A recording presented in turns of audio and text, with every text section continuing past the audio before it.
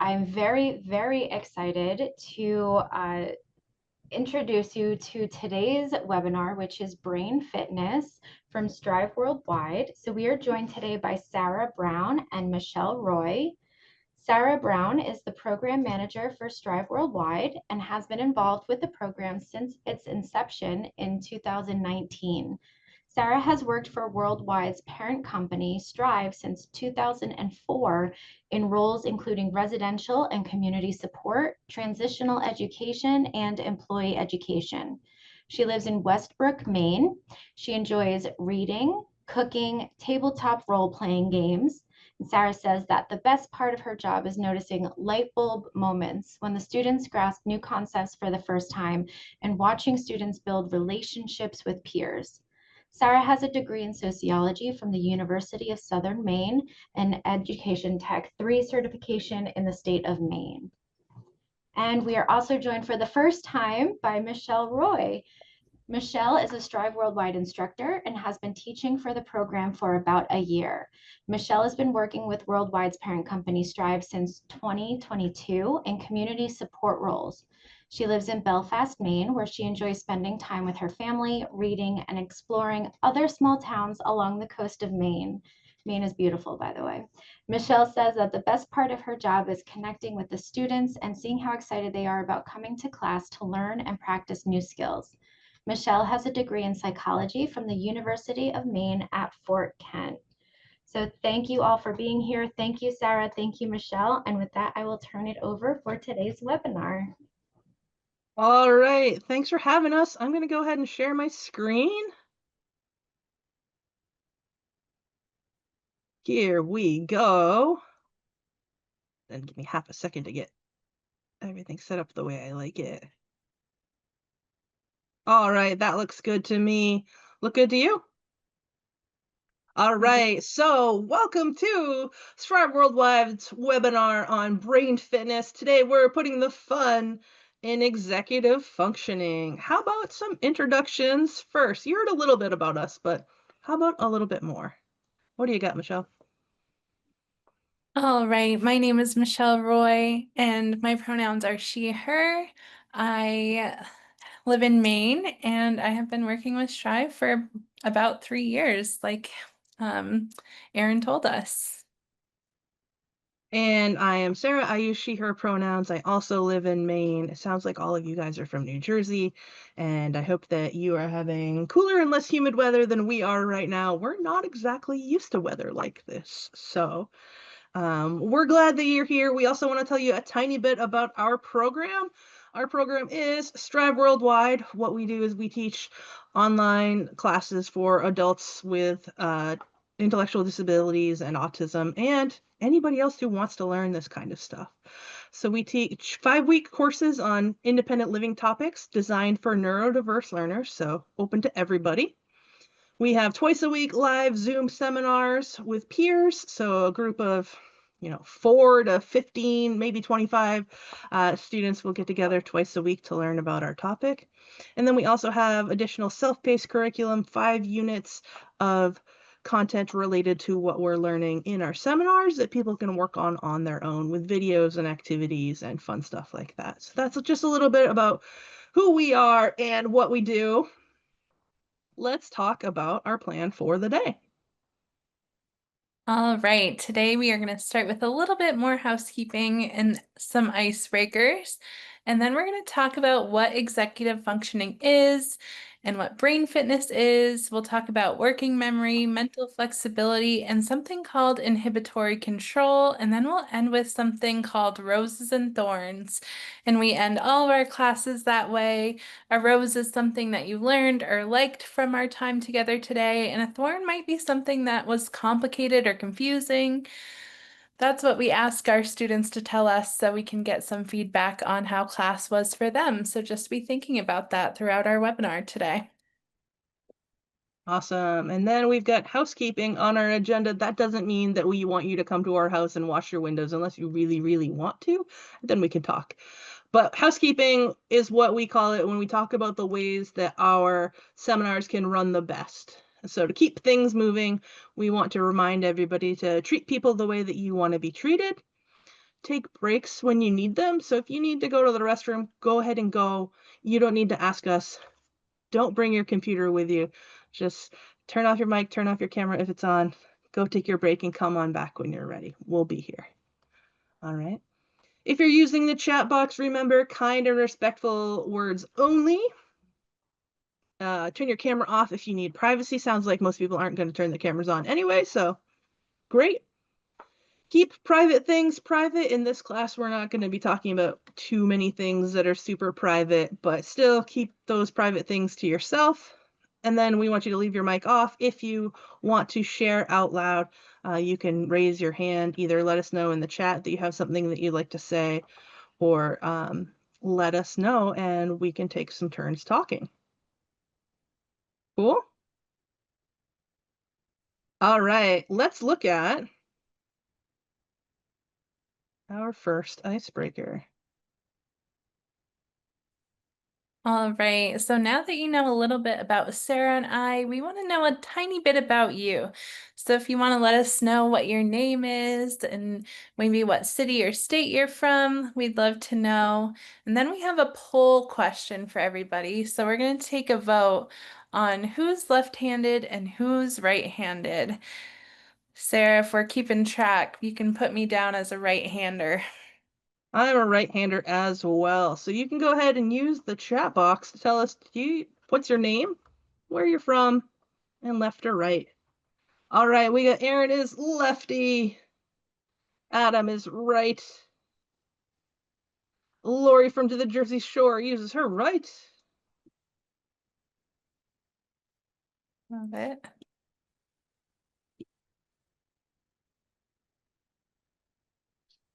We got Aaron Smith says, I can't be the only lefty. Nope, I think.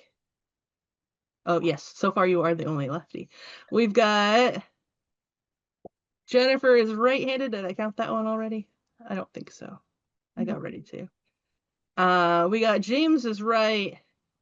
Frankie is right. Holly is right. Holy smokes, gang. Oh, I'm is sorry, Kathy Aaron. from Jersey. She's also right-handed. Did I miss one? Oh, I missed Kathy. Wow. Looks like Aaron is representing the left-handers of the We'll world. give you a little extra love. Love it. Well, I don't know what that means, but it's interesting, right? Fun fact. So we're getting ready to talk about all kinds of brain stuff. So I thought it would be interesting to talk about left-handed versus right-handed just this tiny bit. Evan is right-handed. All right, we're going to keep going, but if you're still typing, keep typing. We'll read it when it gets there. Bring it on. All right, so in each one of our classes, in each of our courses, we warm up with some icebreakers, and you just tried one of our types of icebreakers.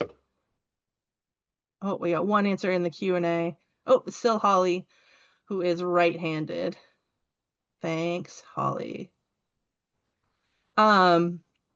Great. So that was one type of icebreaker. We usually do a couple of get-to-know-you questions and then a this or that question, because sometimes open-ended questions can be really difficult. So a this or that is usually a little bit easier.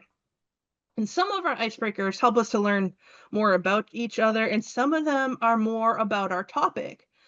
So all of our icebreakers always get us warmed up into our thinking mode for class, and we've got a few more icebreakers for today. And I think we're going to try some puzzles that will start warming up our mental flexibility. What do you think? Sounds great to me. All right, what kind of puzzles do we have today?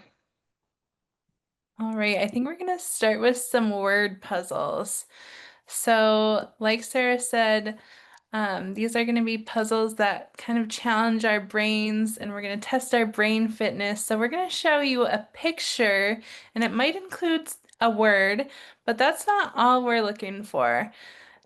The picture is supposed to convey a phrase. So when you see the picture, think about what phrase comes to mind when you see this picture. Here comes our first one. All right, here's my hint. The answer isn't Jack. There's more than that.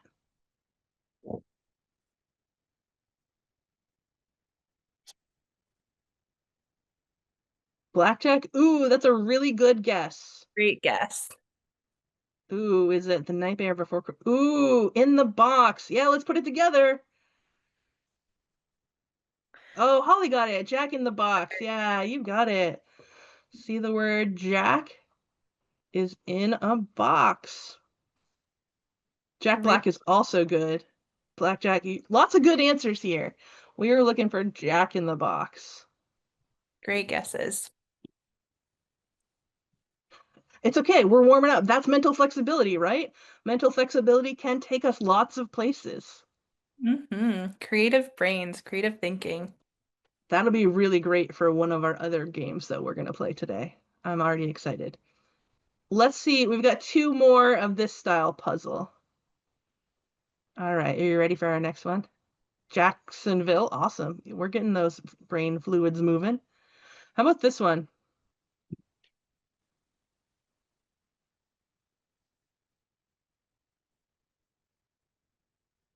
Boom. That was a fast one. Oh, look, they're pouring in. Downtown. You guys got it. It's funny how once we start thinking like this, our brains are like, ooh, I've got it. I've got it. Hometown is a good one too. Tower, good one. So see, it's the word town, but instead of going T-O-W-N left to right the way that we usually read, it's T-O-W-N written down. Okay. One more? One more. I'm into it. Let's go.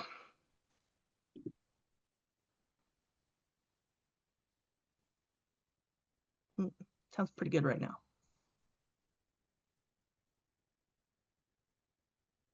Here they come. Pineapple upside down cake. Way to go. Upside down cake. Yeah. So quick. Has anybody had pineapple upside down cake? I don't actually think I ever have. Really good. I haven't for a very long time, but maybe it's time that I could find somebody to buy some from because it's not a baking kind of day here. Ooh, Jennifer loves pineapple upside down cake. Nice. Awesome. All right, I've got one more type of icebreaker, and while nobody else's video is on, it's just gonna make Michelle and I look really silly. So I'm excited for you guys to try this, though. I'm gonna stop sharing. Here we go. Stop share. This one is what we call a physical challenge. Did anybody used to watch Double Dare? They could either answer the question or do a physical challenge. We're not going to make anybody dive in slime or anything like that. But this one is both for our brain and for our body. So maybe this has something to do with that left-handed, right-handed. We'll see if that makes it easier or harder. Are we ready? All right, so this is going to work both sides of our brain at the same time by asking our hands to do different things. So these are hard. I'm not expecting anybody to be like, oh, that was easy. I could do that. Yeah, great. We can do hard things though. So here's what I want us to start with. We're going to do one that's medium challenging and one that is really challenging that I practice a fair amount and I'm still not good at. All right, here's what I want. Give me a thumbs up on one hand.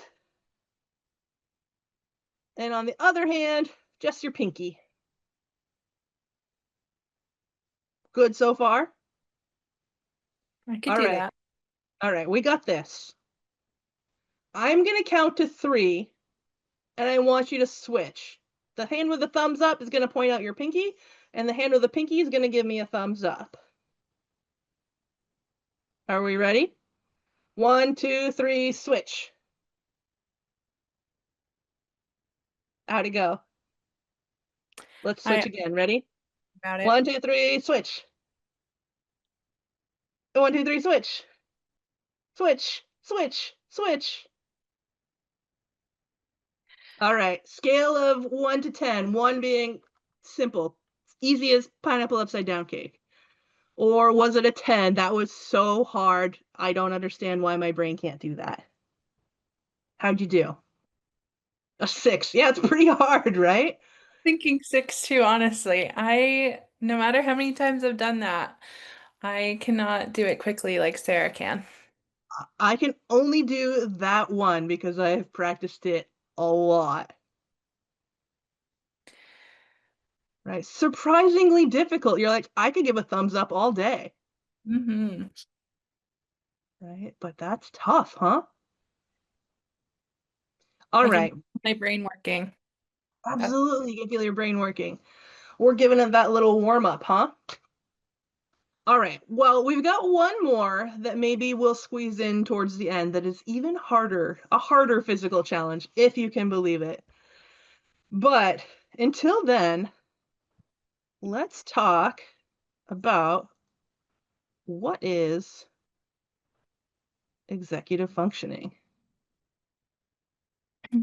Okay, so executive functions are the tasks that our brains perform that are necessary to think, act, and solve problems.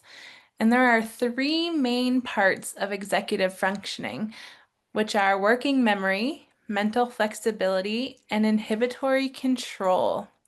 So we're going to talk a little bit about what each of these mean. So let's start with working memory. And working memory is temporarily stored information used to complete a task. So an example of this is maybe you have to look up a phone number and then, oh, by the time it's time to dial it, I've already forgotten it, right? I have to keep looking at it and press one number at a time. Maybe it's just me, but that might be part of my working memory that I need to work on. The next part of executive functioning is mental flexibility, and that's the ability to change your thoughts and behaviors when the situation changes. Let's say it's ice cream season, which sounds very good right now. Have you ever had your heart set on a flavor? You're thinking about this flavor that you want to order when you get there. But when you get to the front of the line, they're all out of your first choice. Oh, bummer, right? So mental flexibility is the ability to make another choice, right? And sometimes we have to make another choice pretty quickly. So it's the easier we can make a new choice, the better we are at mental flexibility. And then the next part of executive functioning we're going to talk about is inhibitory control. And that's the ability to stop our impulses, habits, or unconscious behaviors. Like, are you able to just eat a few chips out of the chip bag in front of you? Ooh, it's kind of hard to stop once we've started eating them, right? So if you're able to stop, then you're really, really good at inhibitory control. Awesome. So that's a little bit of an overview of the things that we're going to talk about. Let's talk a little bit about why is this called brain fitness? So one cool thing about our brains is that we can train our brains to get stronger and more flexible, right? Just like we can train our bodies to with stretching and exercise. But why should we? It's not like I'm showing off my muscly brain at the beach, right? No, but when we work on our executive functions, we can be better planners. We can be more organized. We can start new tasks more easily. We can follow through and complete tasks more consistently. We can solve problems with more independence and have more self-control. I don't know about you, but my brain likes those ideas, right? And in Strive Worldwide, we learn by playing games. So what do you think? Do you want us to play some games that help us build our executive functionings? Executive functions? I hope so. We should. Because that's what we're going to do.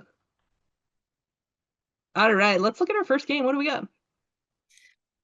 All right, we're going to play Memorize It. So in order to play that, we're going to show you a bunch of items, of random items for 30 seconds. So you're going to memorize as much about them as you can. Then we're going to ask you some questions about the items that you saw. right? And we can't really take a picture of it and then look at that later, right? We're going to be honest. We're just going to see how much we can learn about these items for 30 seconds, right?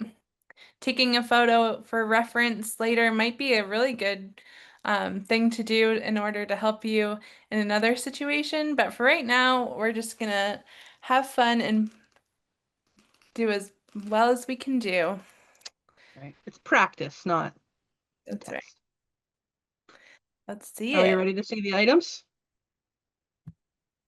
All right, I've got my stopwatch ready. So here come the items. Start memorizing.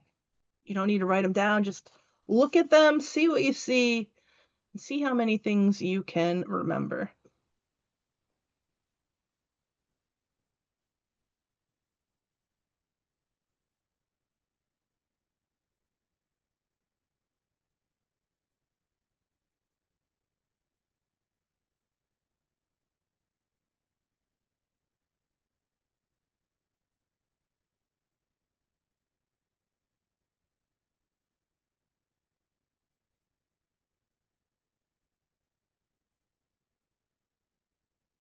And that's time. How do you think you did? I'm not sure. I got a bit distracted because there was a plane flying in the window outside. So my brain went another way. So we'll see how well I can do. All right, some follow-up questions. Of the items that we showed you, how many were red?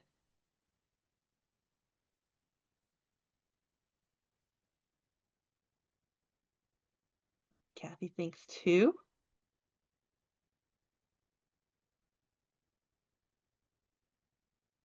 James thinks 3.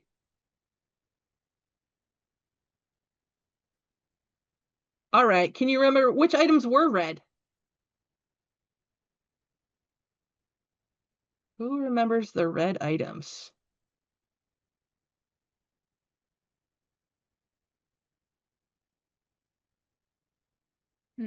I remember seeing a paintbrush with red paint. Ooh, that's a good one. Does anybody remember the paintbrush? The train, yup, that was the one that I was thinking of. And the balloon, nice job, John. We've got, and the clock, yeah, there was a guitar as well. I didn't count that as red, but I think that that could pass for red. Awesome. So I had the paintbrush, the train, the balloon, and the clock. Ooh, there wasn't a fire truck, but the fire truck, you might have thought that the train was a fire truck. They're similar. And if I can't quite remember, it's a red vehicle, I think. Fire truck could count. Great job, you guys. What's our next question? Ooh, how many items were of alive things? Or once alive. Yeah, plants or animals. How many plants or animals did you see? 4. Okay.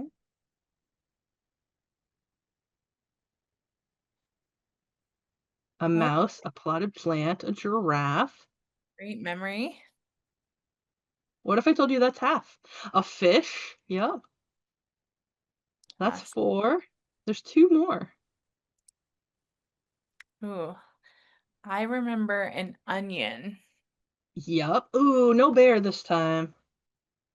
And there was an onion. We're down to 1 more. Hmm. One that I might make a pie out of in the fall.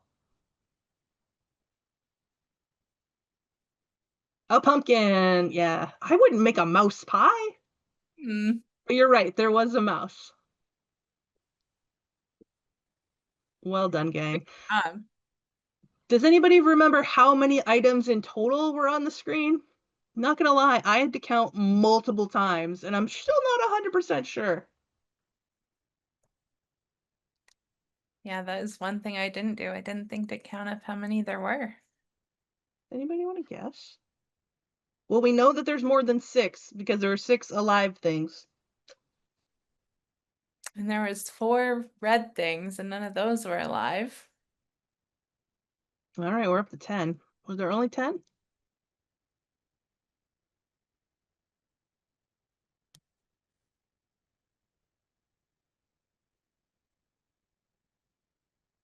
$16, 21, someplace in between there. 18. Also cheese. There was cheese. You're right. We are infinitely close. There were, I think, 19, but I also sometimes when I was counting got 20. So maybe there's something moving around. Now that I can write on the screen, we can try it. 1, 2, 3, 4, 5, 6, 7, 8, 9, 10, 11, 12, 13, 14, 15, 16, 17, 18, 19. 18 was very close. Mhm. And I like the Bob Barker rules of bidding, which mean closest without going over. So if I had a little star sticker, I'd give it to James today. So well done. Great memory, everybody. We've got one more memory game that I want to play with this, but I want to take a tiny timeout in between. I think now might be a good time for our second physical challenge. What do you think? Let's try it. Okay, this one's really hard. So remember our scale of 1 to 10, 1 being pineapple upside down cake, 10 being, oh man, never ask me to do that again. That was way too hard. All right. One hand gives me the peace sign. I'm Alanis Morissette. And the other one is okay. And then I'm going to count to 3 and we're going to switch. This one's super hard. We can do hard things. I don't know that I can do this. Are we ready? 1, 2, 3, switch. I did it, and I was still not sure that I did it.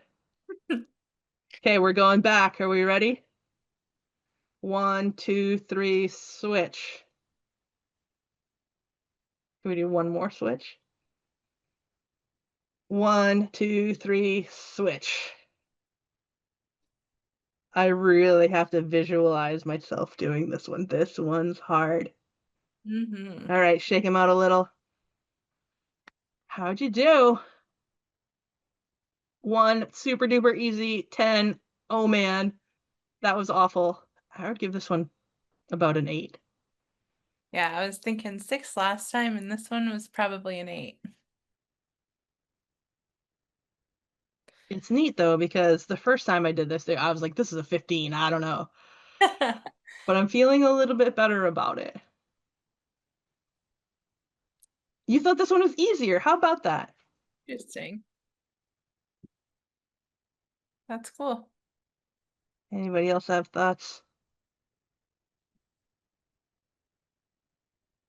Those are really good for your brain because it's not something that we do all the time. And a lot of times we'll do, like if we're writing, it's usually just one hand that's doing the writing. Or if we're doing something like jump rope and we're doing something with 2 hands, both our hands are doing the same thing.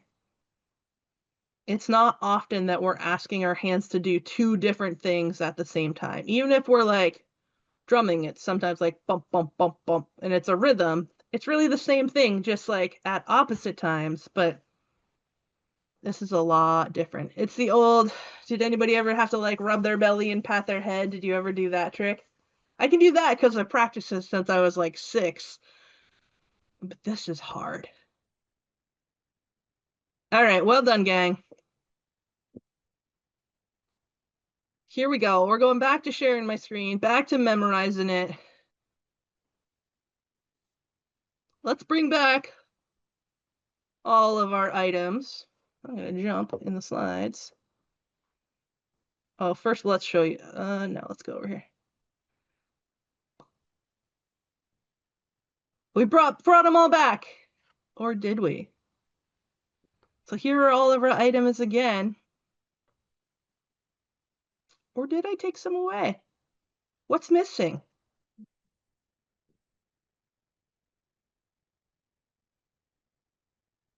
The glasses are missing. Correcto. That's one. Is it just the glasses?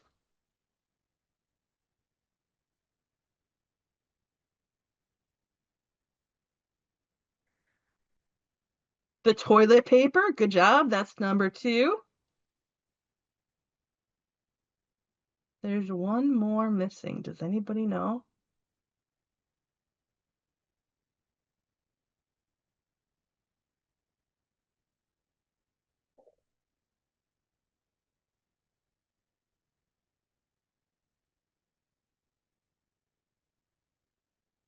The key. Well done. Let's go back and peek and see what all of these things were. There's everything. When we go right back and forth, it's really easy because it looks like the stuff on the slide moves, but that's why we did the other game in between to try to reset your brain, but it didn't work. You guys have pretty good working memory. So there's the toilet paper and the glasses and the key. Cool, huh? So Let's go neat. back and see where they're missing. Not even any holes. I am very impressed. All right, how about some tips to improve our memory? What do we got today? All right, so our tip for improving our memory is to try paraphrasing. And to paraphrase something means to say something in your own words. So when we learn something and translate it into our own words, it can help our brains hold on to that information for a bit longer. So I think we should give it a try. So here is a screenshot from our first slide. How might we paraphrase the information that we talked about?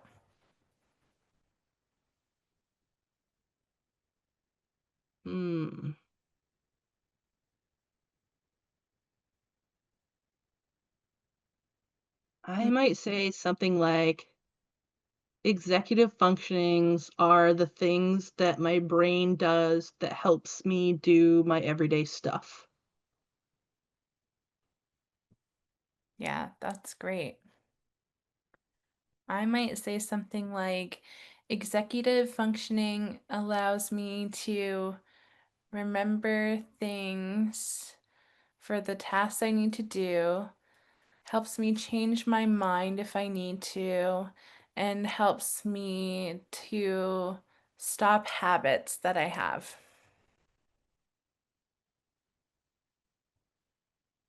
I like it. Cool. Does anybody else want to give it a try? Our memory has executive functionings to help us remember that the actions we take for everyday tasks. Great job. Great paraphrasing.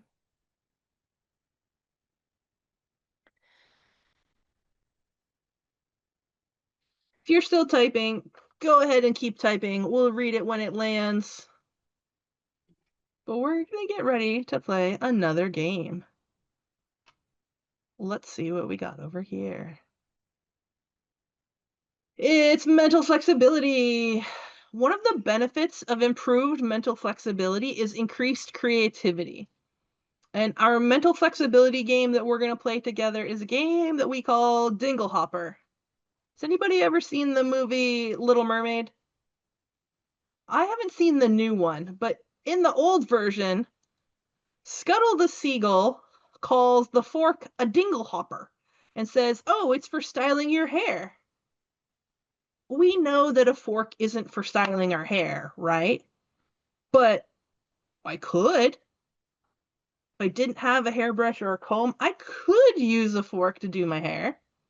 That would be creative, right? So in a second, I'm going to show you a picture, and I don't want you to tell me what it is, and I don't want you to tell me what it actually does. There's games out there that are like, wrong answers only. That's what we're playing today. Our game Dingle Hopper is like that. If it helps, you can pretend that you've never seen this item before and make up some things that you could do with these. Right? Don't tell me what it actually is. Don't tell me what it really does. Make up something new. Are you ready? Let's get those creative juices rolling. What do I do with these?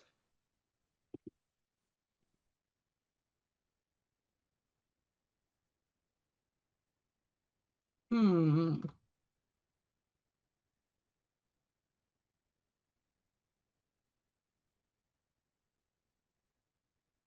Hanging up clothes. Hanging up clothes is the correct answer. Tell me something we could do other than hanging up clothes.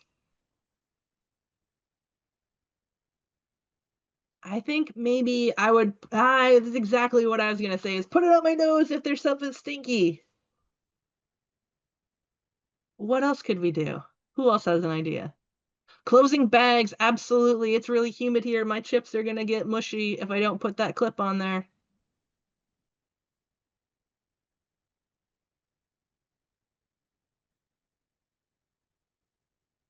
Hmm.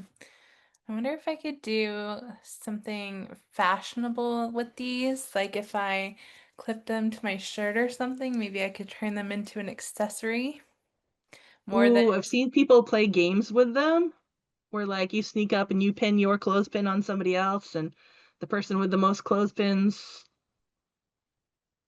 doesn't win. Ooh, hand PT, using them to strengthen your fingers. That's neat. yeah, great. Somebody in one of our other classes suggested using them kind of like chopsticks. And I thought that they'd be really great for like Cheetos when I don't like getting the cheese dust all over my fingers. I could use these to pick it up. And reindeer ornaments, I've made those too. Yep. Great ideas. This is I such a bet cool I could use it like as a barrette. for sure.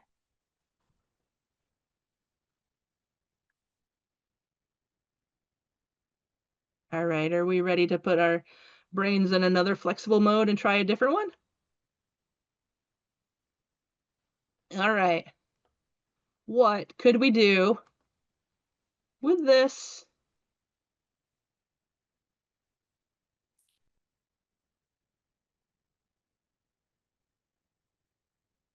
Hmm.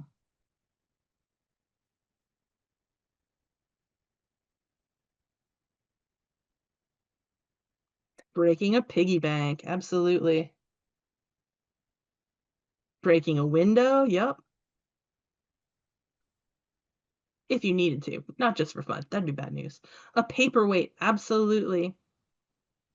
Yeah, I was thinking of like if I'm having a picnic, the blanket always blows up. So maybe I could use one of these to hold it down. Weirdly, I was thinking that too. Maybe it's a picnic kind of day. Yeah. I was also thinking maybe if my back is itchy, I could use the claw part gently to scratch my back a little.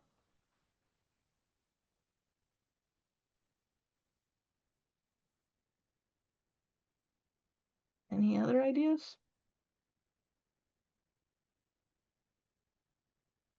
Think I could use this part and like tap, tap, tap in my garden to put little holes to put some seeds in. And then maybe I could use the claw part to scrape it back over the top. Be a good plan.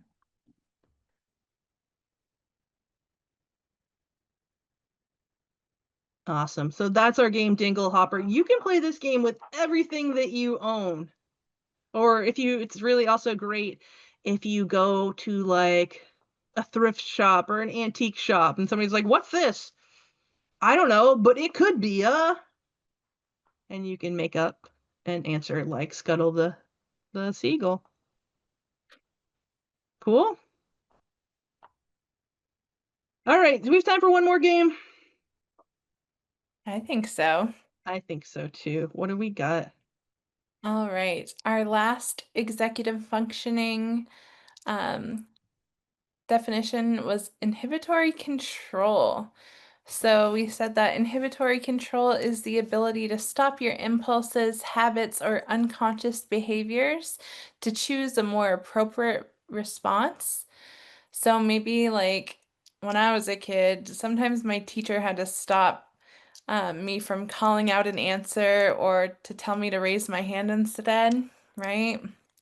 I've definitely Okay. heard that once or twice, yeah. So I needed to stop and think before shouting out the answer because that was an impulse I had. And the more appropriate response for the situation would have been to raise my hand first. So inhibitory control also means controlling our thoughts. So here's an activity that's going to help us and require us to control our thoughts. So this is called the Stroop test. So we're going to show you a lot of color words, and we don't want you to read the word. Instead, we want you to tell us what color ink the word is written in. It sounds easy, but we're going to see how easy it really is. So here's a sample of what we're talking about. What color is this word written in?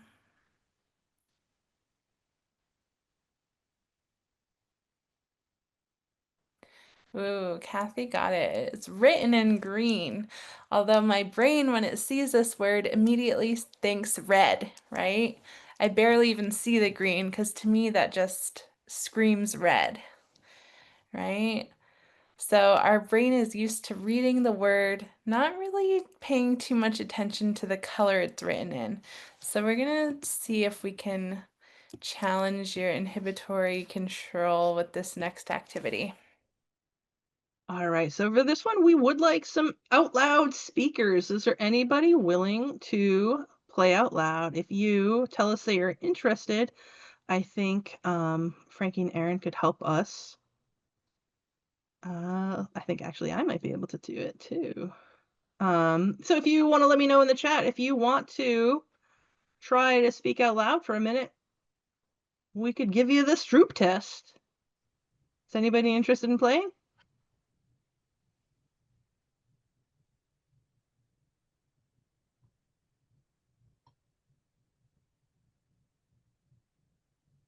If you want to unmute, everybody should have the option, I believe.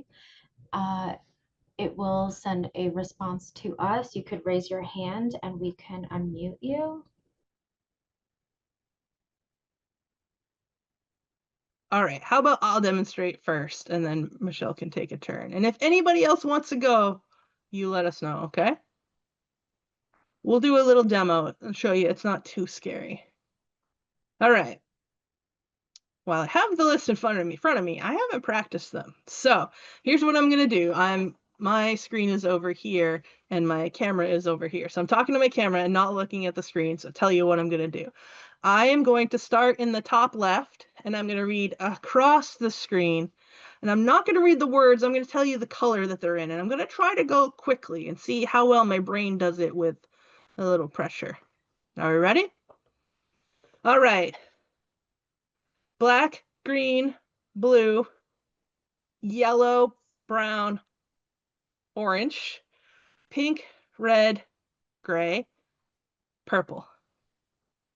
Great job, Sarah. I got really stuck on black because I knew that this one said green and I knew I wasn't supposed to say green. I got stuck on this one because it's also my name and I see the word written in lots of colors all the time and it's always brown. And red and pink messed with my head a little bit too because I think that sometimes I'm like, is this a red shirt or is it a pink shirt? Because my red shirt is faded. So those kind of tripped me up. Seeing that it isn't crazy painful, does anybody else want to take a try?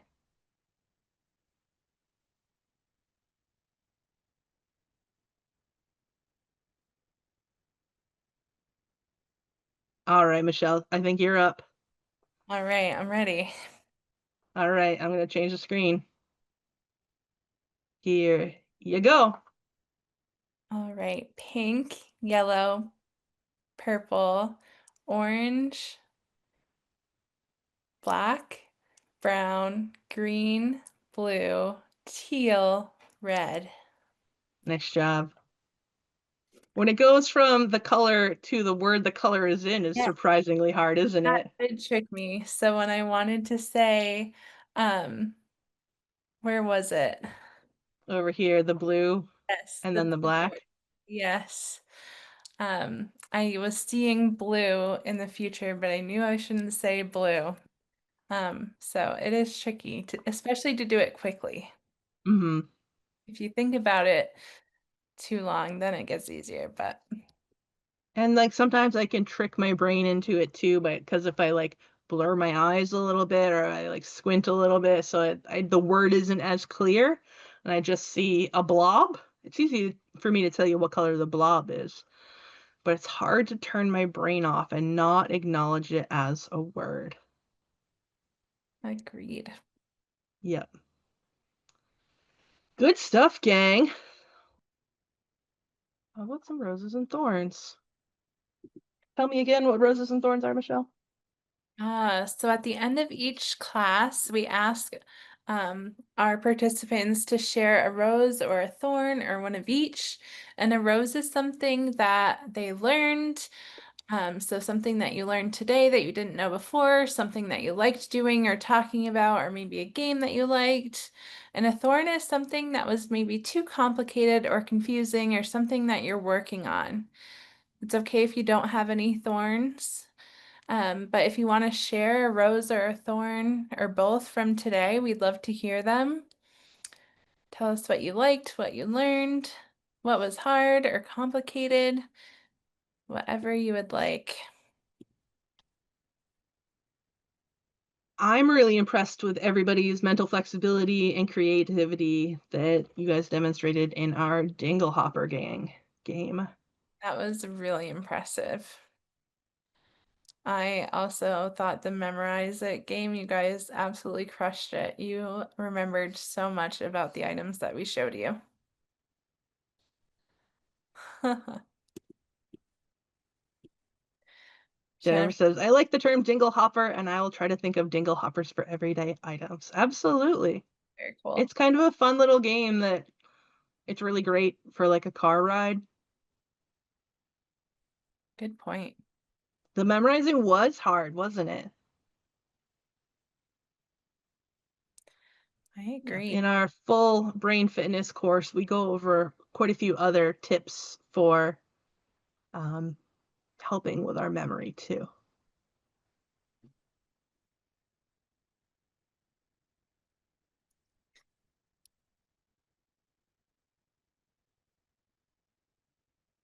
Thorn was the switching hand and finger positions. Isn't that difficult? It is.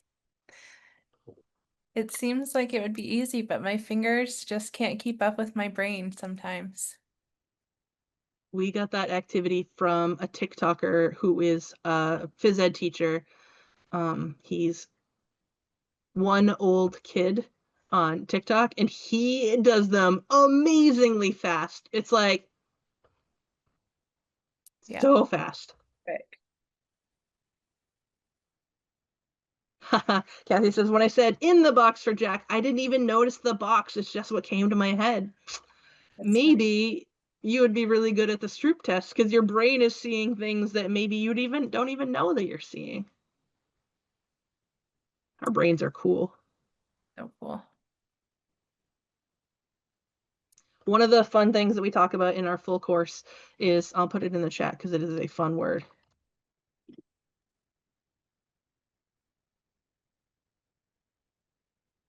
Medium chance that I've spelled it wrong, but it's close. Neuroplasticity. That's a word that means that our brains are kind of like plastic, meaning that it can be shaped and reshaped. And when we learn something new, we can build new pathways in our brain. So when we tried the thumb and pinky game, I used to not be able to do this, and now I'm pretty good at this one. The other ones, we're working on that. But I've built this pathway in my brain. So now that my brain is like, hey, I can do this. So it's kind of neat. One of the ways that you can work on neuroplasticity is doing things that you regularly do just a little bit different. I bet most of the people in this group brush their teeth, right? I'm checking to make sure I brushed today, and I did.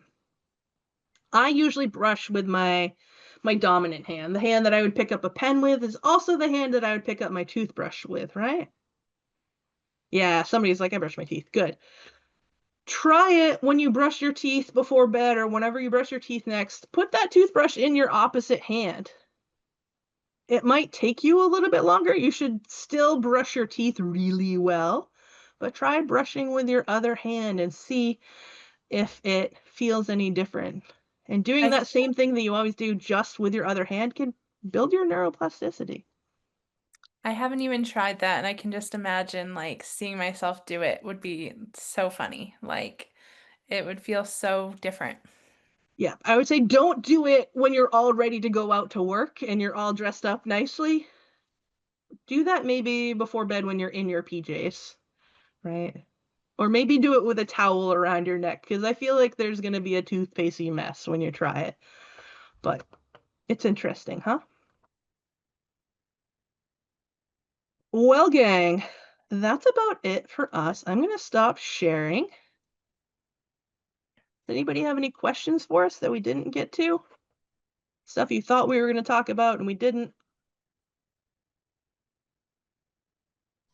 And if anybody has any questions after the webinar is over, you can always reach out to us, or you can reach out to Sarah and Michelle as well. But you can also put things in the Q&A box now or in the chat.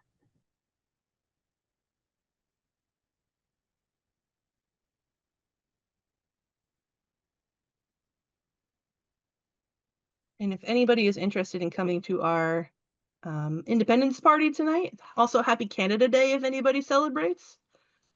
Here is the link and passcode for our social tonight. This is another one that you might want to take a little picture of with your phone. We'd love to have you. It's also open to everybody, so you're welcome to share it. We ask that you don't share the link on social media, but if you wanted to let people know that there is a party and just privately share the link, that would be awesome. How are things going with the brain fitness meeting? I think they're going pretty good. What do you guys think? I think it was great. Thank you guys for having us. Yeah, we had a good time. Excellent. Yeah, that was fantastic. That was a lot of fun too. I definitely struggled with the thumbs up and the pinky out. That was hard for me. The other one, I am, like you said, very good at patting my head and rubbing my stomach and switching those. Mm-hmm. But that was fun. I want to thank you so much, Sarah and Michelle, for being here and presenting. This was, like I said, a lot of fun. And again, if anybody has any questions or comments that you think of once the webinar is over, as I usually do when I'm watching webinars, feel free to reach out to us and we can reach out to Sarah and Michelle, or you can reach out to them as well. But this webinar is, oh, thank you, Sarah, put her email in the chat box. Thank you all so much for coming, and I hope you have a wonderful rest of your Tuesday. Bye, everybody. Bye.